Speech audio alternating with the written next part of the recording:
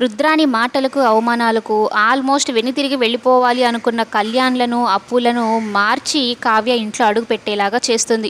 ఇక ముగ్గురు అక్కాచెల్లెలు మాట్లాడుకుంటూ ఉంటారు. కావ్యను చూడగానే అప్పు గట్టిగా పట్టుకొని ఏడుస్తూ ఉంటే, "కనీసం నన్ను చూడాలని కూడా అనిపించలేదా?" అంటూ ఉంటే, "నా పరిస్థితి నీకు తెలుసు కదవే" అని కావ్య చెప్పడంతో, "అర్థం చేసుకున్నానులే" అని అంటూ ఉంటుంది. "చూసావా కావ్య, ఇప్పటి వరకు నేను అప్పుతోనే ఉన్నానా?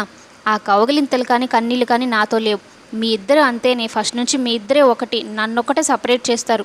ఎంతైనా నేను పెద్దదాన్ని కదా, మీరు ఏం చేసినా నేను సర్దుకుపోయి మీతోనే ఉంటానులే" అని అంటూ ఉంటే, స్వప్న మారిపోయి మాటలకు అప్పు ఆశ్చర్యపోతుంది. "ఇదేంటక్క, అక్క ఇలా మాట్లాడుతుంది" అని అయితే అంటూ ఉంటే, ఇక స్వప్న నవ్వుతూ, "ఏం చేయమంటావు, 6 నెలలు సామాస దోషం, వాళ్ళు వీళ్ళు అవుతారంటారు కదా, ఇంట్లో కావ్యని చూసిన తర్వాత నేను కూడా మారిపోయానులే" అనేది చెప్పి ముగ్గురు నవ్వుకుంటూ ఉంటారు.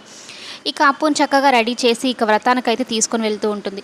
అయితే అప్పు అందరికీ జ్యూస్ ఇమ్మని దానిలక్ష్మి చెప్పడము, సరే అని జ్యూస్ అయితే ఇస్తూ ఉంటుంది. అది పొరపాటున కాస్త ఒలికిపోవడం వల్ల నానా రభస చేసేస్తుంది దానిలక్ష్మి. "అసలు నువ్వు మనిషివేనా? నువ్వు అడవిలో పుట్టినట్టున్నావే, కొంచెం కూడా మర్యాద తెలిసినట్లేదు నీకు" అంటూ ఉంటే, ఇంక వచ్చిన వాళ్ళు, "ఎక్కడ తెలుస్తుంది మర్యాద, వాళ్ళ అమ్మ కానీ ఊరి మీదకి వదిలేసింది, ఈమెకేం తెలుస్తుంది" అనగానే అప్పు ఏం మాట్లాడకుండా మౌనంగా తల దించేసుకుంటుంది. అప్పు క్యారెక్టర్ అయితే అది కాదు.